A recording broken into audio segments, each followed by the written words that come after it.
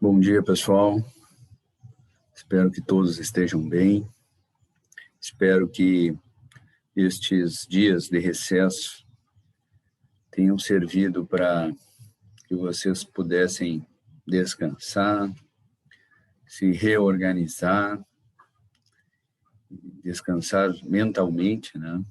Se reorganizar e rearmazenar energias para que a gente possa continuar o semestre até fevereiro. Bom, no último vídeo que eu mandei para vocês no dia 14 de dezembro, nós falávamos sobre a fisiologia do sistema urinário, conversamos sobre o processo de filtração, que é um dos 3 processos que acontecem no néfron e que envolvem capilares, glomerulares, capilares peritubulares e o néfron propriamente dito, certo? Ou seja, cápsula de Bowman, túbulo proximal, alça DN, túbulo distal e ducto coletor. E, especificamente no caso da filtração, que é o processo que nós conversamos no último vídeo, envolve capilares glomerulares e a cápsula de Bowman. Talvez seja necessário vocês darem uma revisada no vídeo anterior, né? Se passaram aí 20 dias, quase 3 semanas, eu acho, e para que vocês possam reavivar isso na memória de vocês e conectar com o que a gente continua falando hoje, que é o processo de reabsorção e também o processo de secreção, tá? Então, é importante que vocês lembrem que o processo de reabsorção, que está mostrado aqui nessa figura com a flecha verde, né?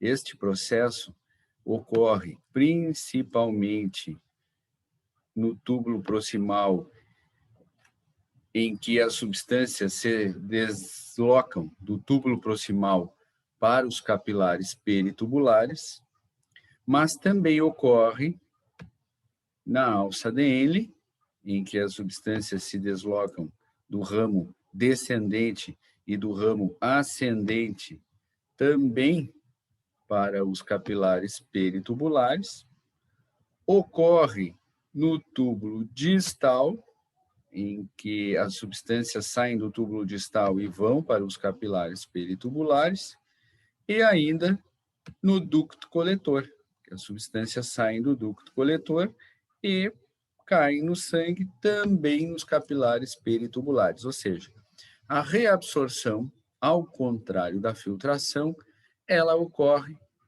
em várias porções do néfron, exceto na cápsula de Bowman e capilares glomerulares, porque ali, como vocês podem ver, na flechinha vermelha, só o que ocorre é filtração, tá? Um outro detalhe sobre a reabsorção é que as substâncias também, ao contrário da filtração, se deslocam, né, no sentido contrário da filtração. Se lá na filtração as substâncias saem do sangue e caem no fluido glomerular, aqui na reabsorção as substâncias saem do fluido glomerular e retornam para o sangue. Por isso, reabsorção. Um outro detalhe é que 99% do que foi filtrado será reabsorvido. Apenas 1% do que foi filtrado está fadado, né, a percorrer todo o néfron e continuar no fluido glomerular até cair na pelve renal.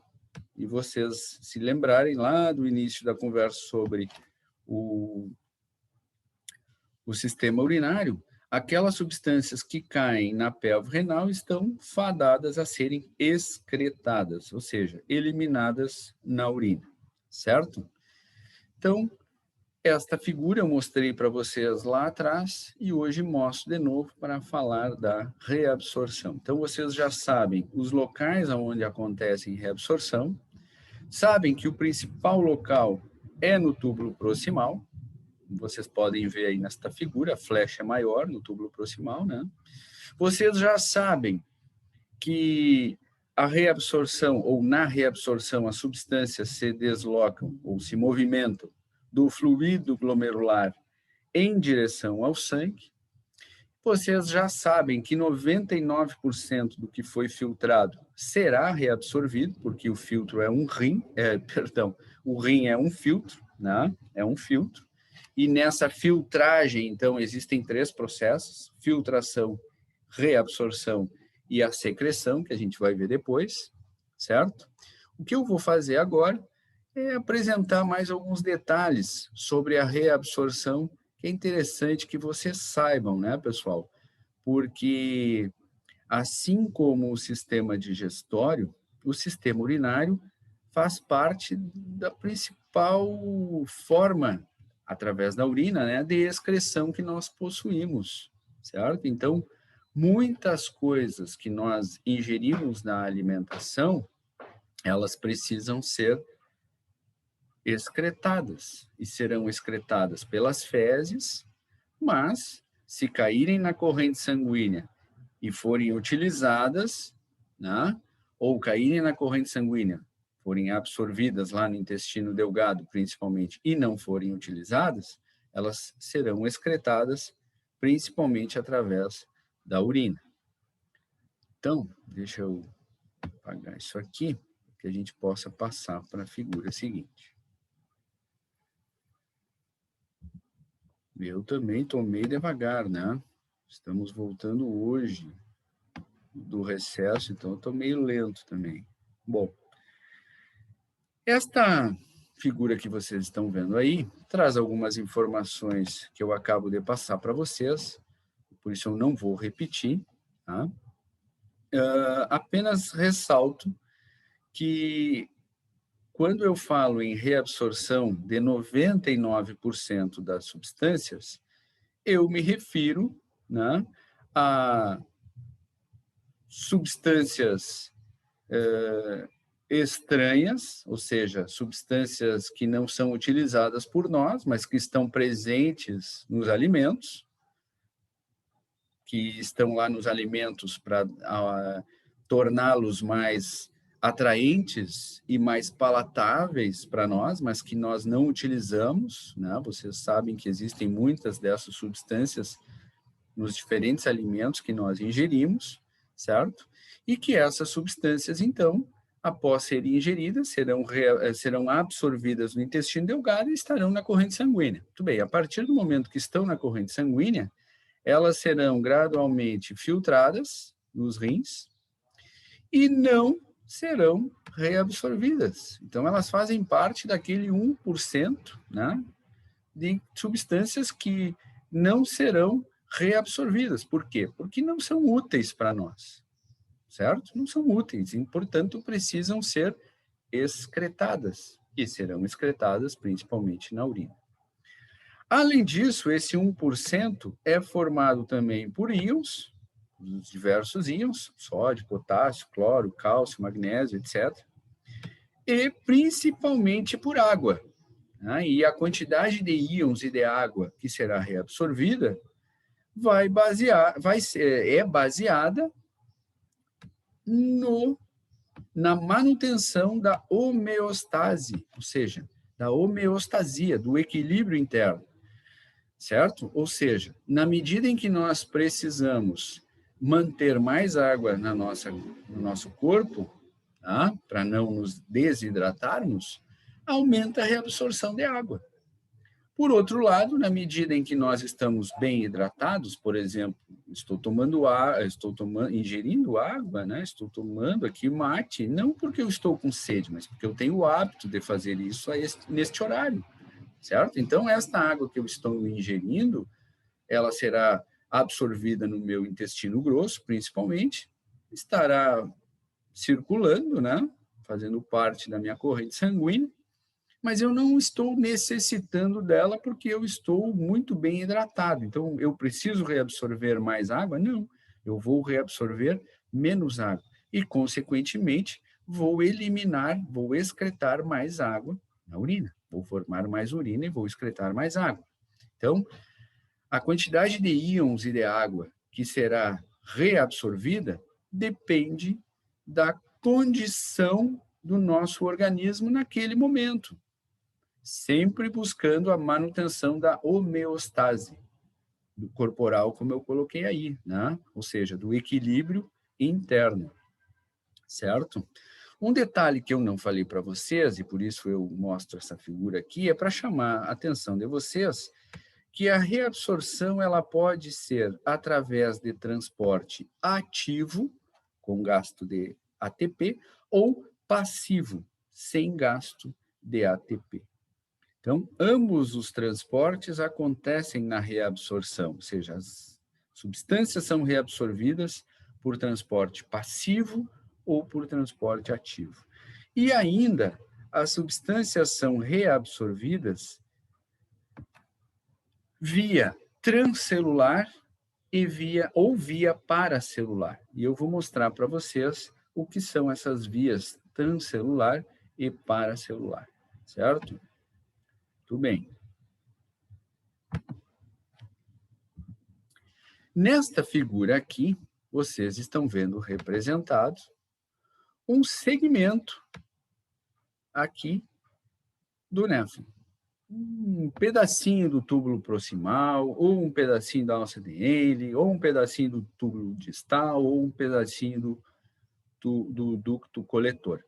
Vamos imaginar que isso aqui seja um pedacinho do túbulo proximal, porque é ali o principal local de reabsorção nos néfrons, o túbulo proximal. Então, isso aqui é um segmento do túbulo proximal.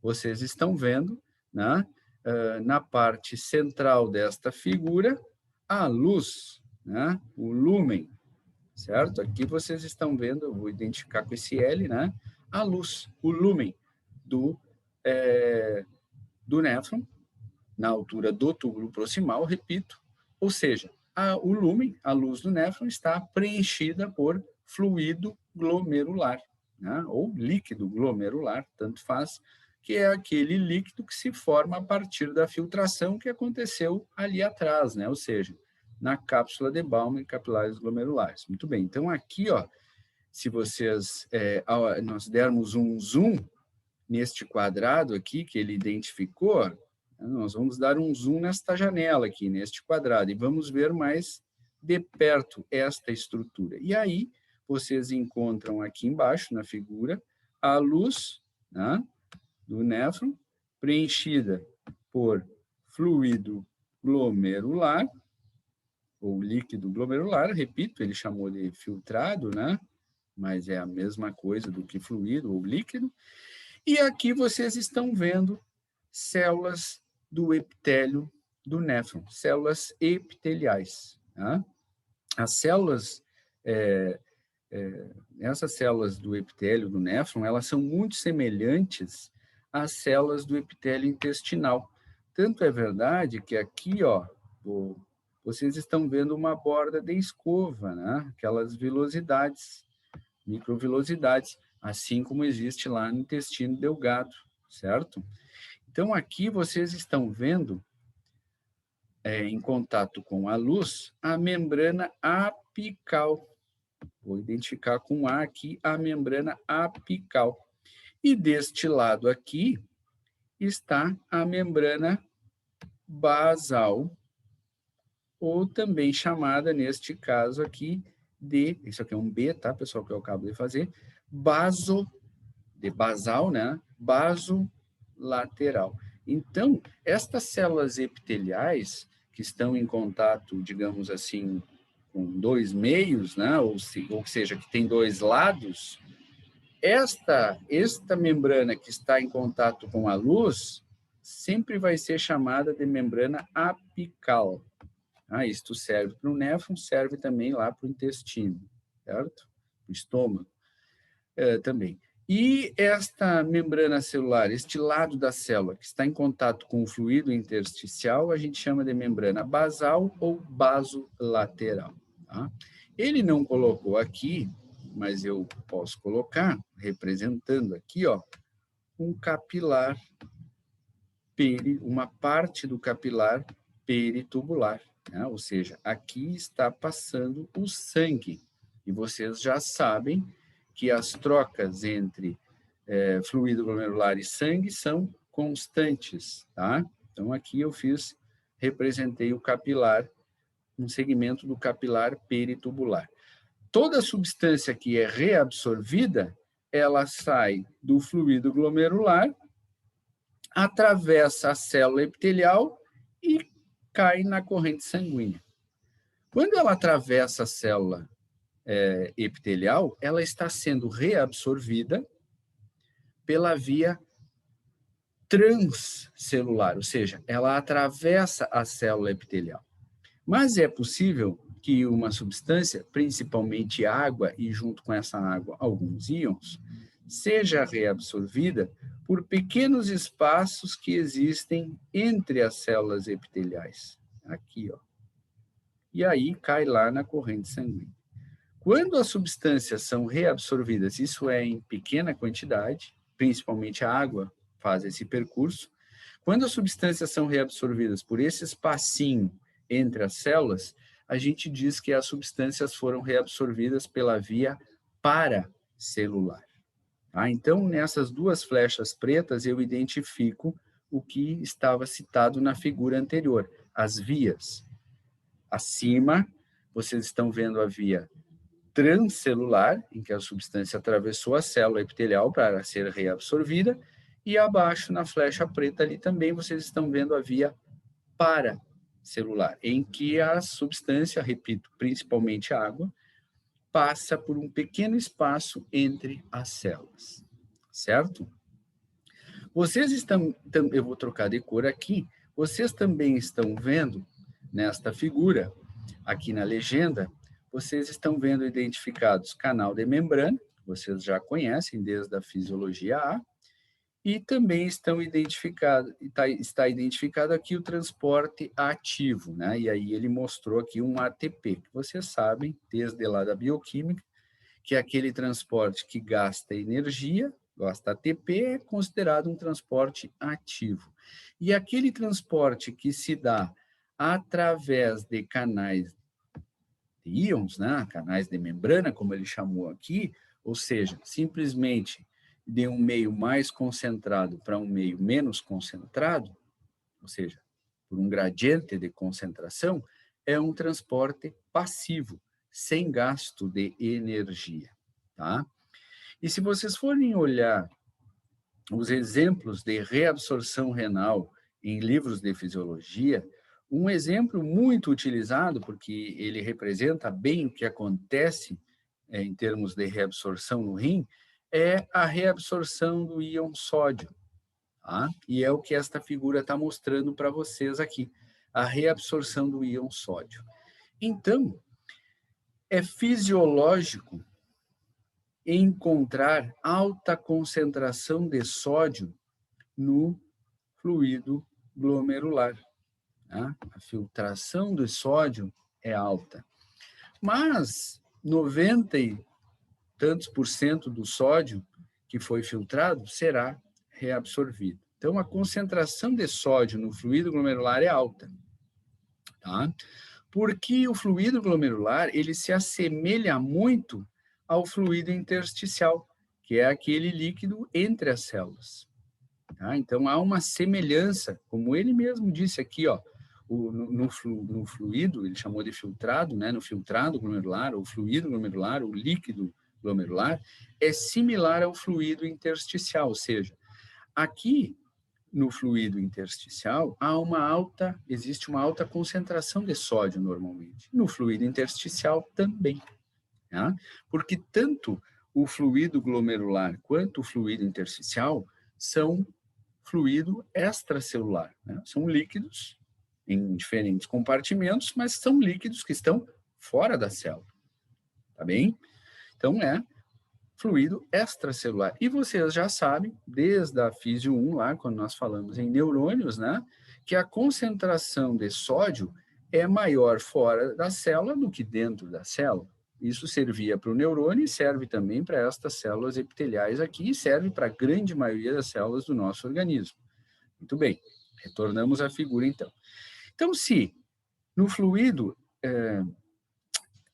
glomerular existe uma alta concentração de sódio e dentro da célula aqui, ó, como vocês estão vendo, identificado, existe uma baixa concentração de sódio, né? Existe aqui um gradiente de concentração de sódio entre esses dois meios, ou seja, existe uma diferença na concentração de sódio entre esses dois meios. E assim, existe uma grande quantidade de canais para sódio na membrana apical.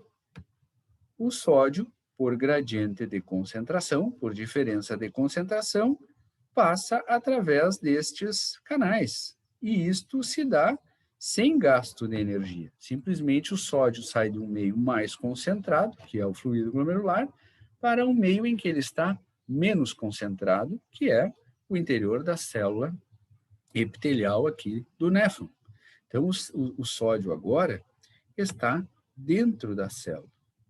Mas as altas concentrações de sódio não são fisiológicas numa célula. Então, quando há grande entrada de sódio numa célula, é necessário que este sódio saia da célula. Ele não vai permanecer na célula, ele permanece por algum tempo, mas ele não pode permanecer constantemente na célula, porque isso aumentaria muito a concentração de sódio dentro da célula, e isso não é fisiológico, porque isso atrapalharia a função da célula, que neste caso aqui, esta célula tem função de participar da reabsorção, certo? Então, o sódio vai passar pela célula, ele não vai permanecer na célula. Muito bem. Então, ele precisa sair desta célula, mas ele encontra uma dificuldade para sair da célula, porque no fluido intersticial aqui, a quantidade de sódio é alta. E aqui a quantidade de sódio dentro da célula é baixa.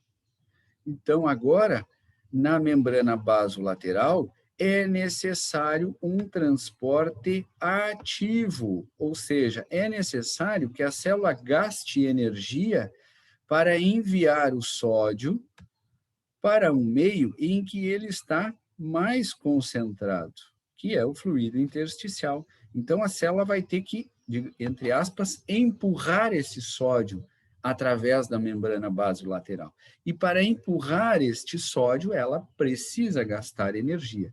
Então, aqui na membrana basolateral, o transporte de sódio é ativo, com gasto de ATP. São aquelas famosas bombas de sódio e potássio que agem aqui. Por isso que vocês estão vendo. Na medida em que a célula manda para fora 3 moléculas de sódio, ela traz 2 moléculas de potássio. É assim que as bombas de sódio e potássio funcionam. Então, no momento em que a bomba cessar por alguns instantes o transporte, este potássio que entrou será retirado, né? Assim como também um pouco de sódio que saiu retornará. O fato é que, na verdade, esse transporte ativo resulta em baixa quantidade de sódio no interior da célula, porque muito sódio é retirado para o fluido intersticial e, posteriormente, este sódio cai na corrente sanguínea, porque, afinal de contas, nós estamos falando em reabsorção de sódio. E reabsorver sódio é o sódio sair do fluido glomerular e cair na corrente sanguínea. Isto é reabsorção, certo? Neste exemplo, de sódio, mas a reabsorção acontece principalmente de água e de outros íons, de forma muito semelhante a este exemplo que vocês estão vendo do sódio, principalmente por via transcelular, mas também por via paracelular, certo? E neste caso, mais um detalhe do sódio, vocês podem me perguntar, tá, professor, mas na membrana apical aconteceu o transporte passivo, sem gasto de energia, correto. Na membrana basolateral, ocorreu o transporte ativo, com gasto de energia, correto também. Então, eu posso considerar esse transporte do sódio passivo ou ativo? Eis a pergunta. E a resposta é ativo. Transporte ativo. Porque em uma das etapas, na membrana basolateral, ocorreu o transporte ativo. Então, a gente diz que o transporte de sódio, ou melhor, a reabsorção de sódio se dá por transporte ativo, porque pelo menos em uma das etapas houve gasto de energia. Isso serve para as outras substâncias também. Ou seja, a reabsorção ela pode se dar por transporte ativo e passivo, mas principalmente por transporte ativo, certo? Muito bem. Deixa eu ver aqui que tempo nós temos. Meu Deus, eu acabei não disparando o meu cronômetro aqui, mas de qualquer forma, imagino que estejamos quase terminando o nosso tempo, mas ainda vou falar para vocês um pouco da secreção, porque é pouca coisa, tá? Então, aqui, ó, de novo eu mostro essa figura para vocês, para chamar a atenção para aqueles 3 processos que acontecem no néfron, ou seja, filtração, reabsorção e secreção. Então, vamos falar um pouquinho de secreção, repito, não é muita coisa. A secreção ela acontece principalmente envolvendo capilares peritubulares e túbulo proximal. Acontece muito pouco na alça-DN, tanto que alguns autores consideram que não ocorra secreção na alça-DN. Este autor não considera, por isso ele nem coloca aqui na figura. Mas acontece também envolvendo capilares peritubulares e túbulo distal, e acontece ainda envolvendo capilares peritubulares e ductos coletores. Então, esses são basicamente os 3 locais onde acontece secreção, chamando a atenção que principalmente também no túbulo proximal. Então, o túbulo proximal é o principal local de reabsorção e também de secreção. Por quê? Porque as células do epitélio do túbulo proximal possibilitam esses 2 tipos de processo, tá? Chama a atenção de vocês também, vocês podem ver na figura, que na secreção as substâncias se deslocam, né? Ou são transportadas do sangue em direção ao fluido glomerular. Ou seja, no sentido contrário à reabsorção e no mesmo sentido da filtração. Mas não se pode confundir secreção com filtração pelas seguintes razões. Primeiro, filtração só acontece na cápsula de Bowman. Secreção acontece no túbulo proximal, túbulo distal e ducto coletor, ou seja, são locais diferentes do néfron, certo? Segunda razão, a secreção só acontece por transporte ativo, transporte com gasto de energia, certo? Então, na secreção, as células as substâncias atravessam aquelas células epiteliais, que eu mostrei para vocês anteriormente, por transporte ativo, certo? E a filtração não tem nada de transporte ativo, não tem nada de transporte passivo. A filtração acontece graças àquelas 3 pressões que existem ali nos capilares glomerulares e na cápsula de Bowman, tá bem? Então, são processos diferentes. A única coisa que eles têm de semelhante, filtração e secreção, é o sentido em que as substâncias se movimentam, ou seja, do sangue em direção ao fluido glomerular, certo? Então, basicamente é isso que eu tenho para falar para vocês sobre secreção, que elas acontecem nesses locais e graças a transporte ativo. Deixa eu passar a próxima figura aqui, ó. Então, essa figura, eu não vou ficar repetindo ela, mas eu coloco ela aí para mostrar para vocês que a secreção existe, na verdade, para tornar a função renal ainda mais eficaz do que ela é, porque existem substâncias que são filtradas, não são reabsorvidas, e ainda uma certa quantidade delas é secretada, né? Então, nós temos 3 níveis nesse processo de purificação do nosso sangue que acontece lá nos rins, né? Então, existem 3 níveis de filtração, de purificação, né? Não vou falar filtração para não confundir com o processo de filtração em si, mas as substâncias podem ser filtradas, reabsorvidas e ainda secretadas, né? Então, são 3 etapas nesse processo de purificação. Isso torna a função renal de purificar o sangue, de retirar do sangue as substâncias que não são mais necessárias para o nosso organismo e eliminá-las na urina, mais eficaz. E, basicamente, quando a gente fala em secreção, o que é secretado é a água, íons, junto com a água, né? Muitos metabólitos e especialmente substâncias estranhas, que são aquelas substâncias que nós ingerimos na dieta normalmente, mas que não são úteis para nós, certo? E aqui ainda mostra para vocês que a secreção se dá sempre por transporte ativo, ou seja, com gasto de energia, certo?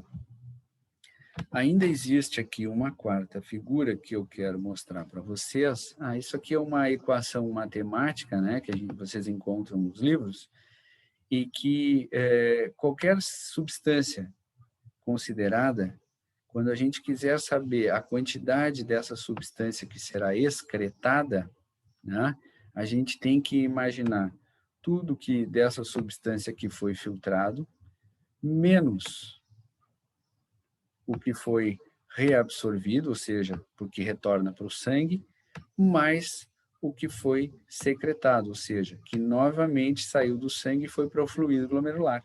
Permanecendo no fluido glomerular e caindo na pelve renal, será excretado, ou seja, eliminado na urina. Tá?